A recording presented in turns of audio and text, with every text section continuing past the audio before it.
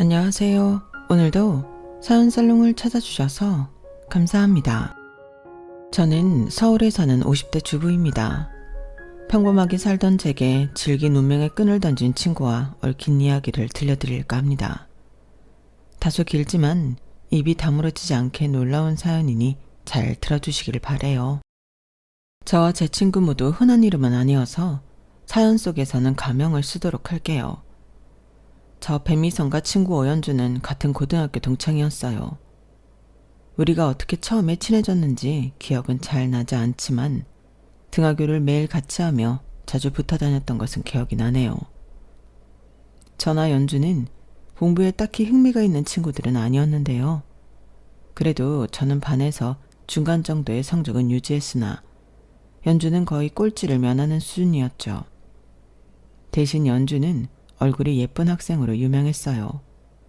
학교를 마치고 같이 돌아가는 길에 가끔 다른 학교 남학생들이 뒤에서 쫓아와 연주에게 선물을 안겨주거나 편지를 건네주고 도망가는 일도 있었으니까요. 반면 저는 지극히 평범한 외모에 그 나이에 다들 그렇듯 여드름을 달고 살았어요. 연주는 뾰루지 한번 올라온 적 없는 듯한 매끈한 피부에 찰랑거리고 까만 머릿결, 늘씬한 허리에 긴 다리까지 세상 부러운 조건은 다 갖추고 있으면서도 이상하게도 본인보다 더 잘난 사람과 비교하며 비관적인 말을 자주 하는 편이었어요. 너 이반에 김성주 얘기 들었어? 걔 방학 동안 가족들이랑 전국 돌아다니면서 여행했대. 난 이 동네에서 벗어나 본 적도 없는데. 오늘 체육 시간에 봤는데 우리 반 반장 가슴 엄청 크더라. 남자들은 가슴 큰 여자를 좋아한다는데 난 어떡하지? 어제 TV에 그 연예인 봤어? 나도 그 정도 돈 있으면 집 그렇게 럭셔리하게 꾸미고 살고 싶은데. 그럴 때마다 저는 진심으로 연주에게 네가 더 낫다, 왜 비교를 하느냐 등등 이야기해 주었지만 씨알도 먹히지 않았죠. 그 후 우리는 고등학교를 졸업했고 조금 다른 길을 가게 되었어요. 저는 싫었지만 부모님의 등살에 떠밀려 억지로 대학에 들어가야 했고 맞지 않는 공부를 시작했어요. 애초에 대학 진학을 포기한 연주는 본인 집에서 멀지 않은 남성 맞춤 정장 가게에서 일을 하며 돈을 벌었어요. 저도 공부보다는 돈을 벌고 싶은 욕구가 강했던 때라 사회인으로서의 연주 모습이 부러웠지만 남성 정장이라는 분야는 좀 이상하게 거리가 느껴졌어요. 연주야, 거기 남자들이 손님으로 오면 좀 껄끄럽지 않아? 맞추려면 어쩔 수 없이 몸에 손도 닿아야 할 거고 이상한 남자라도 오면 어떡해? 야, 배미선, 넌 그런 게 무섭냐? 돈 버는데 몸에 손이 좀 닿으면 어떻고 이상한 손님이 오면 어때? 너 그거 배부른 소리다? 그런가? 역시 사회에 일찍 발을 들여서 그런지 연주는 저와는 다른 배포가 있는 것 같았어요. 뭐랄까, 저보다 큰 어른을 대하는 느낌이어서 경외감까지 들기도 했다니까요. 그렇게 1년여의 시간이 흘렀고 저는 큰 결심을 하게 되었어요. 아무리 참고 다니려고 해도 학교가 안 맞는 탓에 부모님 모르게 저는 자퇴를 하고야 말았어요. 그 대신 손으로 이것저것 만드는 것을 좋아하던 저는 손뜨개방에서 푼돈을 받으며 일을 시작했어요. 부모님이 6개월 후에나 그 사실을 아시고는 집에서 쫓겨날 뻔하긴 했지만 말이에요. 저에게 이런 일이 있는 동안 연주는 남자를 만났어요. 그리고 어느 날 갑자기 결혼을 한다고 선전포고를 했어요.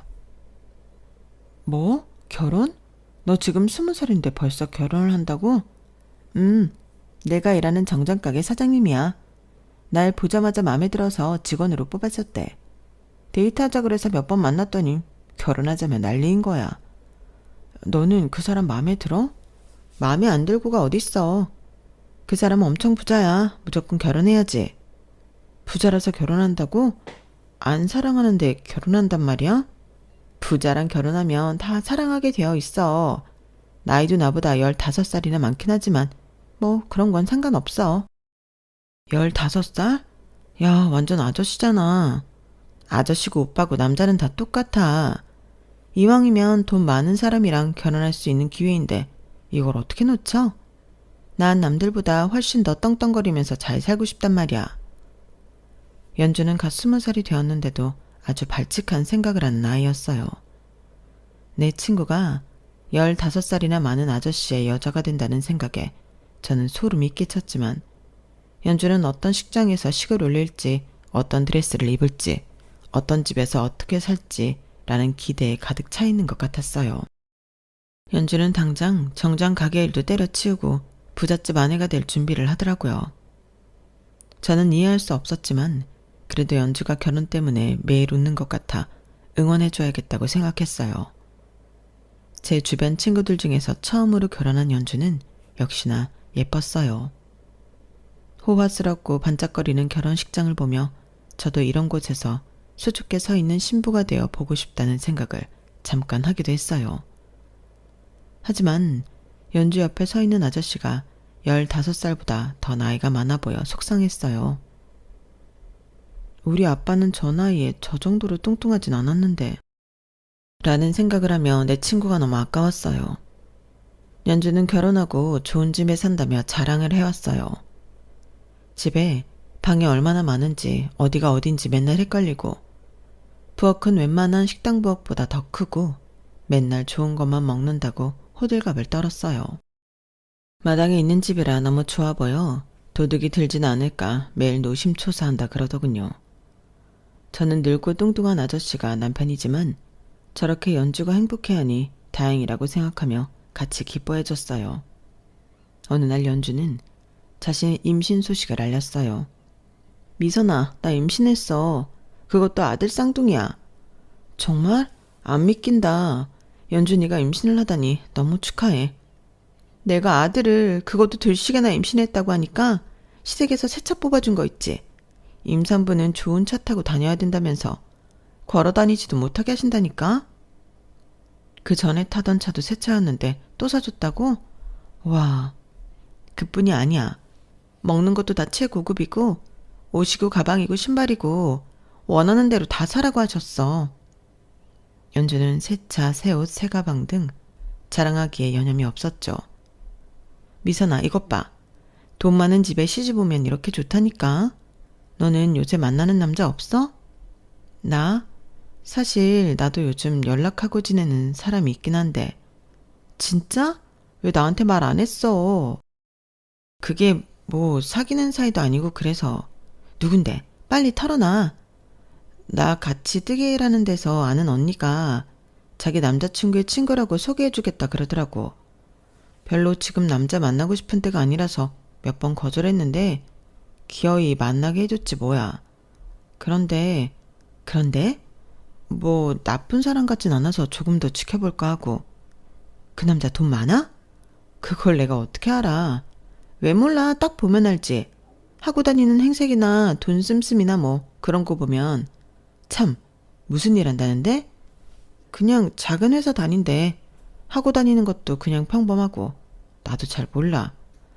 야, 나 사는 것 봐라. 자고로 남자는 돈이야.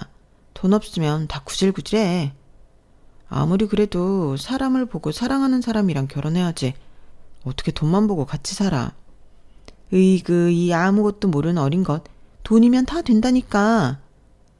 연주는 부잣집에 시집을 갔는데도 이상하게 더욱 돈에 집착을 하는 것 같았어요. 원래 이렇게 돈놀이를 부르던 애였나 싶게 갑자기 연주가 낯설게 느껴졌지만 아무렴 다 나 잘되라고 하는 소리지 하면서 쉽게 넘겼어요. 그 이듬해 연주는 정말 아들 쌍둥이를 낳았고 저도 언니가 소개해준 그이와 결혼 약속을 했어요. 연주는 한 번도 아이들을 보여준 적 없지만 건강하게 잘 지낸다며 소식을 전해왔고 저도 나름대로 결혼 준비를 하며 바쁜 날들을 보냈어요. 그렇게 연주는 연주대로 저는 저대로의 삶을 살아나가느라 전처럼 자주 보지 못하고 연락도 조금 뜸해졌죠. 제 신랑은 연주 소원처럼 부잣집 아들은 아니었어요. 어릴 적 시아버지가 하시던 일이 바닥을 치면서 가세가 급속도로 기울었고 신랑이 대학을 졸업할 때까지 단칸방을 못 벗어났었다고 하더군요. 그러다 부모님 두 분 다 친척 고향으로 내려가 농사일을 시작하셨고 남편은 남편대로 혼자 사회생활을 시작했던 거예요. 상황이 이렇다 보니까 우리가 결혼할 때도 시댁 쪽에 큰 도움을 바라기는 힘들었고, 저희 엄마 아빠는 학교도 지 맘대로 그만두고 헛짓거리하던 딸내미가 기어이 변변찮은 남자를 데려왔다며 하루 걸러 제 앞에서 한숨 쉬기 바빴어요. 그래도 저는 남편을 선택했어요. 마음이 따뜻한 사람이었거든요. 지금 당장 호사스러운 삶을 누리게 해줄 수는 없지만 항상 제 마음이 외롭지 않게 보듬어 주겠다고 약속하던 사람이었거든요. 그리고 무엇보다 연주 앞에 15살 많은 뚱땡이 아저씨를 생각하면 우리 신랑은 그 어떤 연예인보다 잘생기고 멋있었거든요. 우리는 서로를 많이 아껴주었고 어렵고 작지만 사소한 기쁨을 누리며 결혼 생활을 시작했어요. 간혹 연주와 연락이 닿을 때면 연주는 항상 자신이 어디 좋은 곳을 다녀왔고 무슨 좋은 것을 먹었고 얼마나 비싼 것을 샀는지 자랑할 뿐이었어요. 미선아, 너 홍콩이라고 들어봤지? 지난주에 비행기 타고 거기 갔다 왔거든?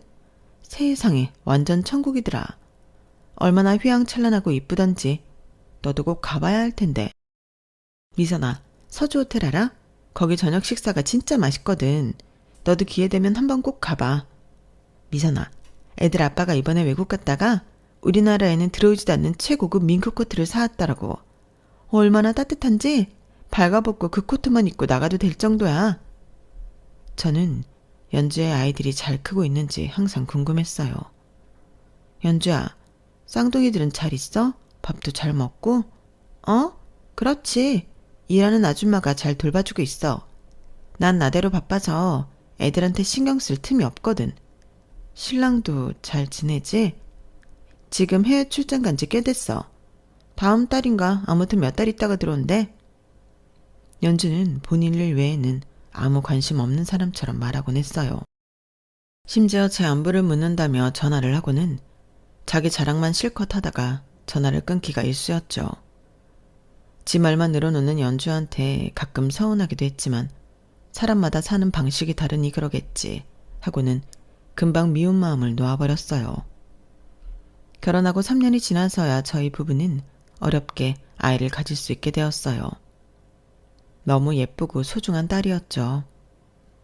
아이를 낳을 때는 너무 무서웠는데 기르다 보니 아이를 더 갖고 싶다는 생각을 했어요. 풍요롭지는 않아도 다복한 가정을 상상하니 행복했거든요. 무엇보다 남편은 저나 딸에게 정말 잘해주었어요. 저런 사람이 남편이고 아빠라면 아이를 열을 더 낳아도 좋겠다 싶은 마음이었죠. 하지만 하늘은 무심하게도 저희에게 그런 복을 주지는 않으셨어요. 온갖 노력을 했지만 저는 더 이상 아이를 가질 수 없다는 불임 판정을 받았거든요. 심지어 하나 있는 딸아이를 낳은 것도 기적이라며 병원에서는 놀라기도 했어요. 저는 한동안 상심해서 울기만 했어요. 여보, 미안해. 우리 가족이 더 많았으면 좋을 텐데 나 때문에. 내 몸이 문제가 있어서 미안해. 그런 말 하지 마. 우리한테 설이가 있잖아. 설이 더 많이 사랑해주고 예뻐해주라고 다른 아이들은 안 주시는 거야. 당신 잘못 하나도 없어. 그래도 나 너무 슬퍼. 당신이 슬프지 않게 내가 더 잘해줄게. 우리 세 식구 행복하게 살자. 태어나고 처음 그렇게 큰 시련을 맞닥뜨리는 것 같았어요. 내가 뭘 잘못하면서 살지도 않았는데 왜 하필 나한테 이런 일이 일어난 거지 하면서 자책도 많이 했죠. 그때마다 남편은 제 옆에서 누구보다 힘이 되어 주었고 딸 설이의 미소만 봐도 나쁜 생각이 사라지는 것 같았어요.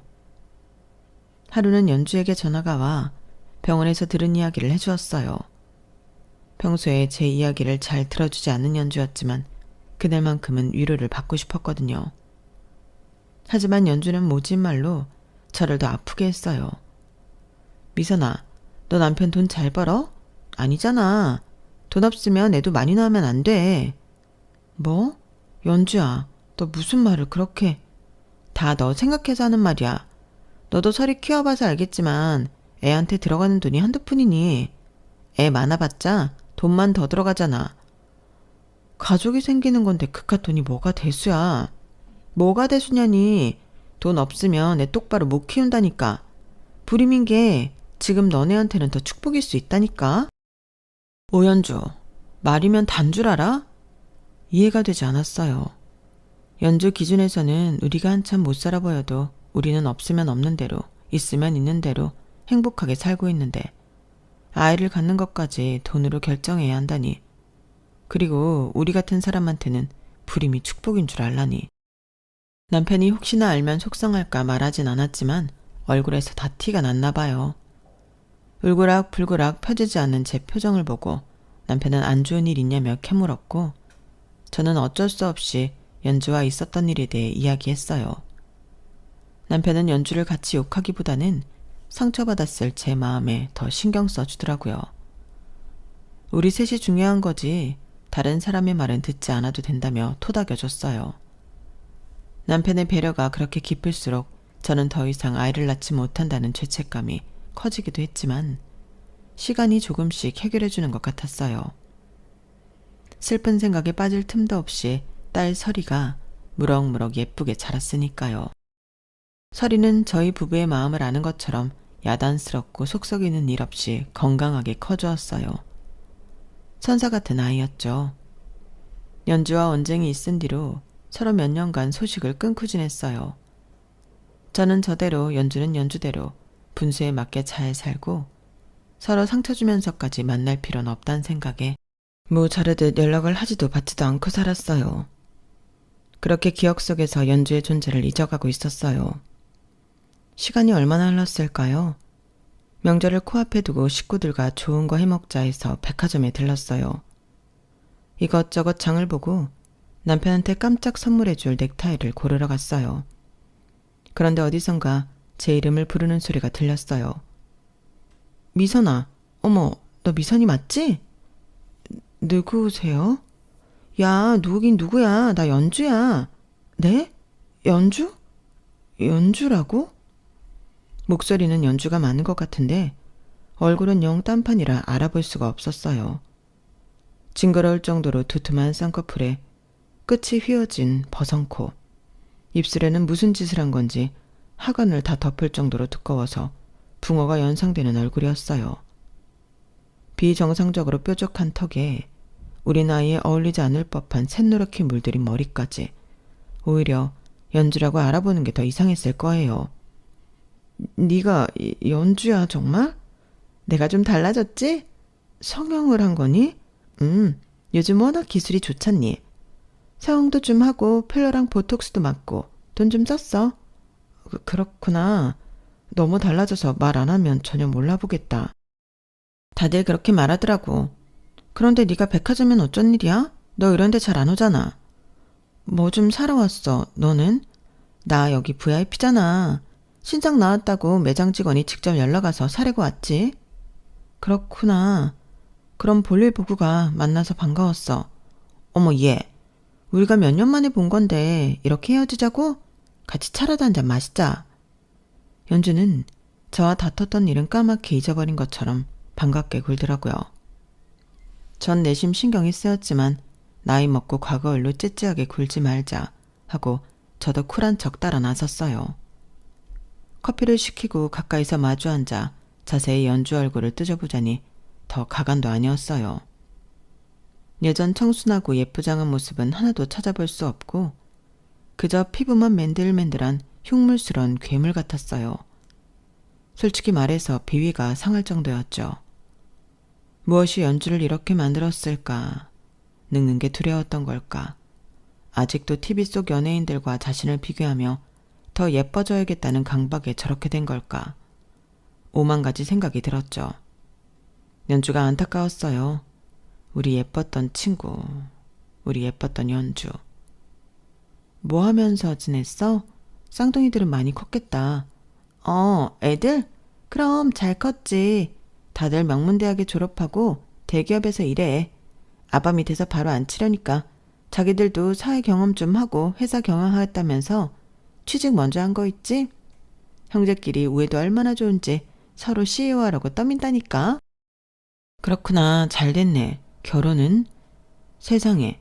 평일에는 회사 일하고 주말에는 나 데리고 여기저기 좋은 데 다닌다고 연애할 시간이 없어.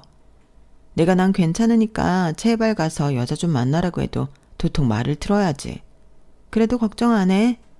어차피 우리랑 사돈 맺고 싶어 하는 집안들이 워낙 많아서 우리 아들들은 지금 연애 안 해도 골라갈 수 있거든. 아, 그렇구나. 나중에 결혼하면 연락 줘. 참석할게. 너네는? 너 딸 하나 있었잖아? 우리 딸도 아직 결혼 안 했어. 일하느라 바빠. 딸은 자고로 좋은 집에 시집이나 잘 가면 되지. 뭔 놈의 일이야. 괜히 사회생활 어줍잖게 만들었다가 나중에 집안꼴 망친다. 우리 시대랑은 달라. 여자도 능력 있으면 자기 앞길 개척하고 사는 거야. 남자한테 기대어 살던 때는 지났어. 네 딸이라도 시집 잘 가야 니네 집 형편 좀 필 거 아냐. 너 남편 아직도 회사 다니니? 아, 월급쟁이들 돈 버는 게 돈이니? 알바비 수준이지. 우리 남편 아직 회사 다니는 건 맞는데 가족들 부족하지 않을 만큼 벌어. 네 남편이 굴리는 돈에 비하면 아무것도 아닌 것처럼 보이지만 우린 만족하면서 잘 지내고 있어. 연주는 하나도 변하지 않았더군요. 돈으로 사람을 가늠하는 그 나쁜 버릇. 오랜만에 만나서 반가우려고 하는 찰나에 찬물을 확 끼얹는 기분이었어요. 그래도 얼굴 붉히고 헤어지고 싶진 않아서 다른 약속이 있다며 얼른 자리에서 일어나려고 했어요. 연주도 더 이상 저를 잡으려고 하지 않았어요. 만나서 반가웠어, 연주야. 건강하고 잘 살아. 미선아, 너 행복해? 말할 수 없을 만큼, 그리고 돈으로 살 수 없을 만큼. 그렇구나. 너도 잘 지내. 저의 행복을 묻는 연주의 얼굴이 갑자기 슬퍼 보였던 건 기분 탓이었을까요? 보기 싫게 변해버린 두꺼운 쌍꺼풀 안에 그 까만 눈동자만큼은 그대로인 연주의 입은 웃고 있었지만 눈은 슬퍼 보였거든요. 커피를 다 마시지도 않고 일어나 나왔어요. 뒤에서 연주의 시선이 느껴졌지만 그냥 나왔어요. 어차피 얼굴도 달라져서 걔가 부르지 않았으면 원래부터 몰라봤을 텐데 뭐. 몇 년의 시간이 또 흘러 설이는 성인이 되었고 저희 부부도 흰머리가 희끗희끗한 중년이 되어가고 있었어요. 설이는 어릴 때부터 공부를 잘하지는 못했지만 주관이 뚜렷한 아이였어요. 저는 아무래도 상관없었어요. 공부를 잘하면 좋겠지만 성적에 연연하지 않고 딸이 좋아하고 즐거워하는 일을 찾을 수만 있다면 그게 무엇이든지 뒤에서 응원해주고 지지해주리라 다짐했죠. 설이는 옷에 관심이 많아 의류 관련 일을 하고 싶다고 하더군요. 처음에는 옷가게에서 아르바이트를 시작하더니 디자인하는 것도 배우고 본격적으로 판매업에 뛰어들었죠. 누가 시키지도 않았는데 외국어 공부도 열심히 하면서 미래를 준비하겠다고 하더라고요. 너무 기특했어요. 제대로 뒷바라지 해준 것도 없는데 바르고 성실하게 자라준 제 새끼가 그렇게 예쁠 수 없었어요. 엄마, 나 이제 정말 내 사업을 해볼까 하는데 어떻게 생각해? 사업? 우리 딸이라면 잘할 수 있을 것 같은데 엄마 아빠는 설이 믿으니까 뭐든지 도전해봐. 고마워. 역시 엄마 아빠밖에 없어. 우리가 뭐 도와줄 건 없어? 걱정하지 마. 그동안 모은 돈도 있고 처음에는 작게 시작해도 나중엔 크게 만들 거야. 그냥 응원만 해줘. 딸은 자신이 만든 의류 브랜드를 차근차근 키워갔어요. 외국어를 배운 게 도움이 됐는지 외국 업체랑 계약도 맺어 간간히 수출 작업도 하는 것 같더라고요. 눈코 뜰 새 없이 바쁜 딸이 걱정됐죠. 설이야, 밥은 잘 챙겨 먹으면서 하고 있는 거지? 그럼 다 먹고 살자고 하는 짓인데. 그런데 엄마, 나 너무 좋다? 내가 꿈꾸던 일을 천천히 해나가는 내 모습도 좋고 힘들어도 즐거운 이 시간들이 너무 좋아. 그냥 다 좋아. 네가 좋다니 엄마도 다 좋아.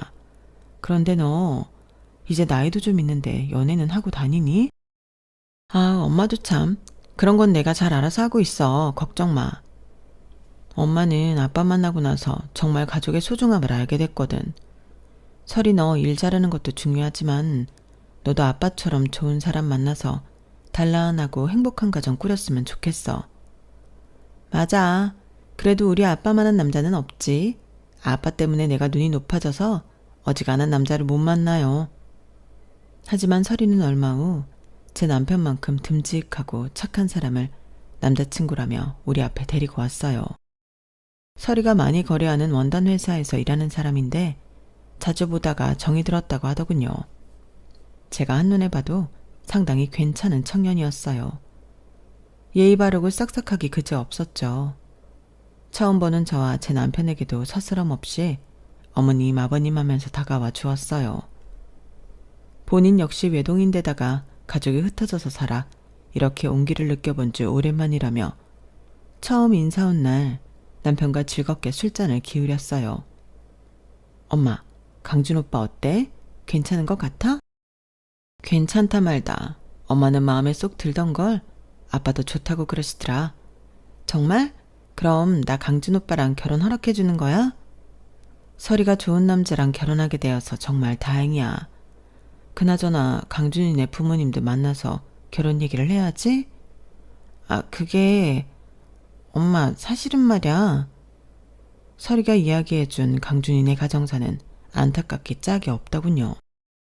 사정을 다 듣고 난 후 좋지 못한 가정에서 자라서 강준이가 싫다기보다는 그런 속에서도 밝게 성장한 것 같아 저는 더 마음에 들더군요.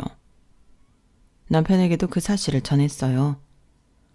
그런 안타까운 사정이 있었구만. 그럼 강준이네 부모님이랑 결혼 얘기하는 건 무리겠지? 우리는 괜찮으니까 강준이가 곤란하지 않은 선에서 진행하자고. 설이가 호사스러운 결혼에 목매는 애도 아니고 최대한 간선하고 필요한 것만 하자고 얘기할게요. 강준이 이제 우리 사람 되는데 첫 단추부터 불편해하면 안 되니까요. 저희는 이상하게 강준이에게 과할 정도로 정이 가더라고요. 첫 인상이 좋았던 것도 있지만 왠지 이유 없이 잘해주고 싶었어요. 그 마음이 강준이에게 부담이 되지는 않을까 조마조마하며 설이와 강준이를 다시 마주했어요. 강준아, 네가 우리 식구가 된다고 생각하니 정말 감사하고 좋아. 설이에게 네 얘기는 어느 정도 들었어. 많이 힘들었을 것 같더구나. 이렇게 좋은 사람으로 커져서 고마워. 그래도 설이 입을 통해서가 아니라 너한테 직접 네 사정을 듣고 함께 나누고 싶은데 그렇게 해줄 수 있니? 슬픔을 나누면 반이 된다고 하잖아. 강준이는 보잘것없는 자신을 받아준 것에 대해 감사하다며 눈물을 흘렸어요. 저희 모두 얼싸안고 한바탕 울고 말았죠. 강준이는 덤덤하게 자신의 이야기를 시작했어요. 저희 아버지는 그 옛날에 돈 많은 사람들을 상대로 정장을 맞춰주는 장사를 하시며 돈을 버셨어요.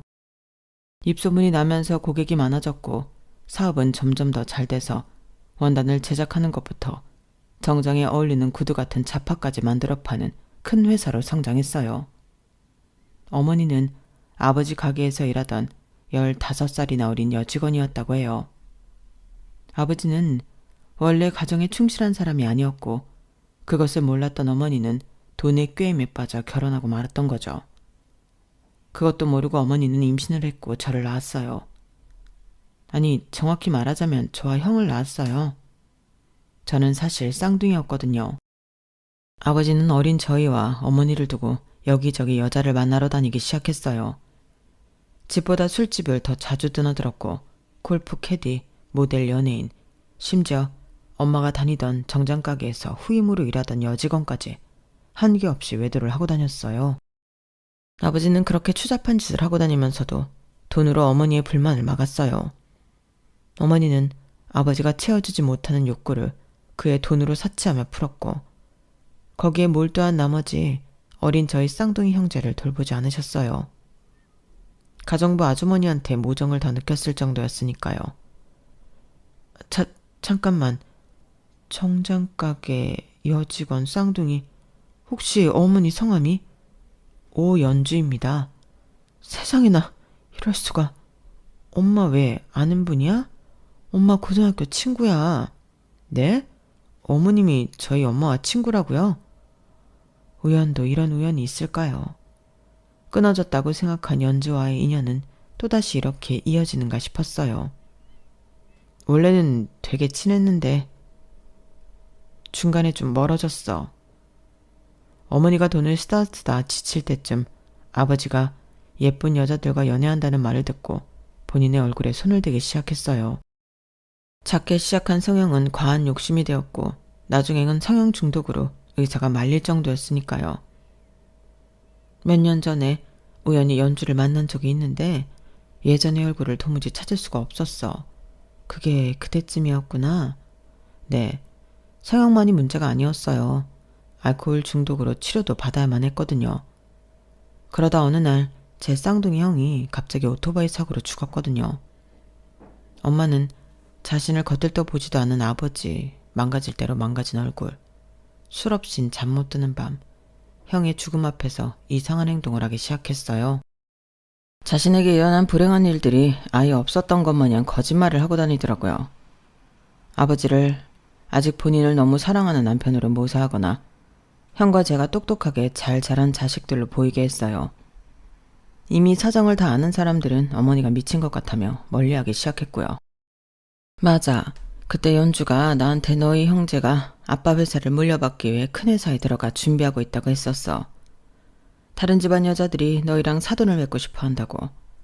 그런데 그때 이미 형이 없었던 거야? 네. 심지어 아버지 회사는 그 당시 부도 위기에 놓여 있었고 얼마 후엔 결국 파산을 했어요.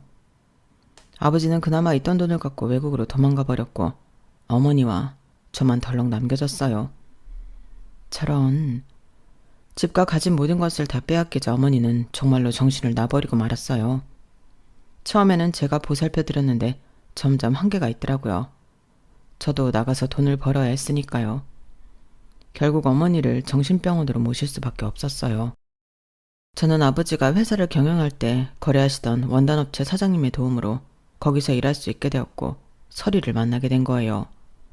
그럼 연주가 지금 정신병원에 있다는 거야? 네. 어떻게 연주가... 엄마 울지 마. 마지막으로 봤을 때 그렇게 힘든 상황인 줄 알았다면 조금 더 다정하게 대해줄걸.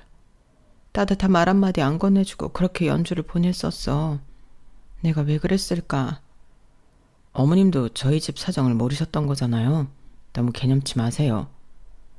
연주가 나한테 행복하냐고 물어봤었거든. 난 행복하다고. 너는 어떠냐고 한 번 더 물어봐 줄걸. 연주는 불행하니까 위로해달라는 뜻으로 나에게 물어봤을 수도 있는데 내가 한 행동이 너무 후회가 되네. 강준이 말을 다 듣고선 저는 몇 날 며칠 잠을 설쳤어요. 마음이 돌덩이에 눌린 것처럼 무거워서 어찌할 바를 몰랐죠. 남편은 저의 이런 불편한 기색을 눈치채고 말했어요. 당신 강준이 엄마, 아니 연주 씨한테 한번 다녀오는 게 어때? 아무래도 그러는 게 좋겠지? 가서 얼굴 보고 이야기도 나누고 시간 보내고 와. 고마워요 여보.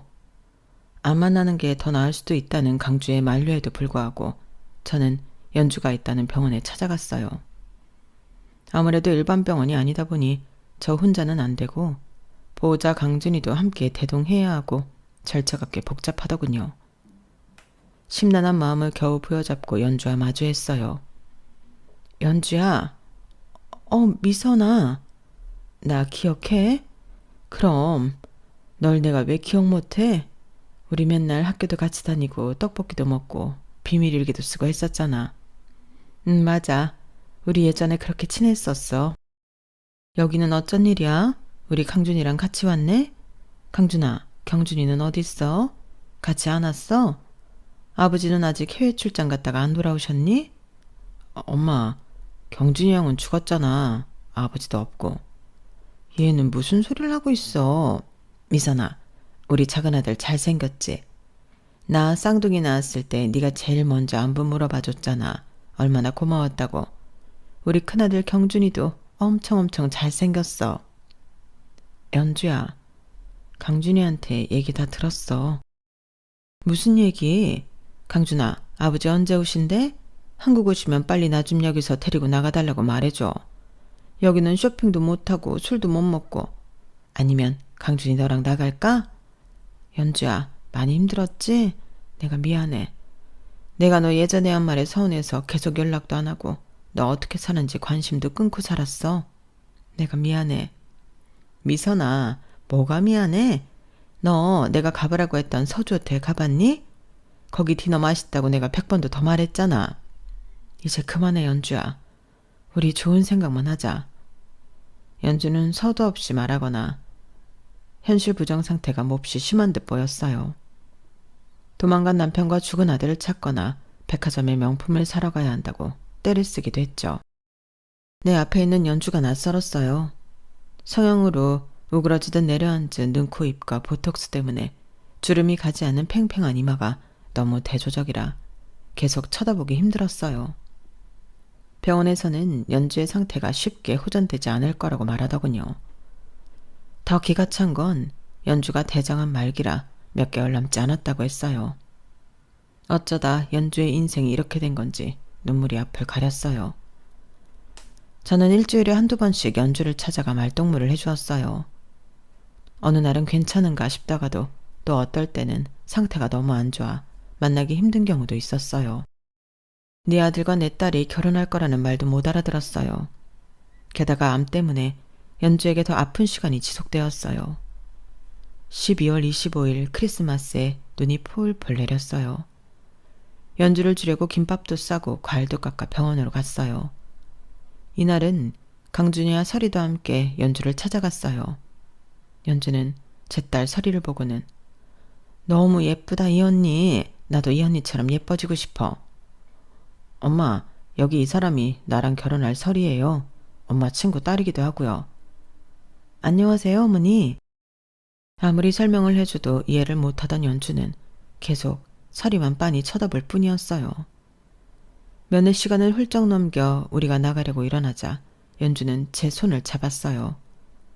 그 까만 눈동자를 하고는 갑자기 묻더군요. 미선아, 행복해? 널 봐서 너무 행복해, 연주야. 너도 행복해? 연주는 배시시 웃더니 어렵게 말을 꺼냈어요. 나도 행복해. 잘 가, 미선아? 그게 우리 모두 연주를 본 마지막 모습이었어요. 그 남은 12월을 다 넘기지 못하고 연주는 하늘나라로 갔어요. 결국 아들의 결혼식도 못 보고 가버리고 말았죠. 강준이는 먼저 죽은 형의 옆자리에 연주의 함을 놓았어요. 안타깝고 가여운 엄마와 아들이었죠.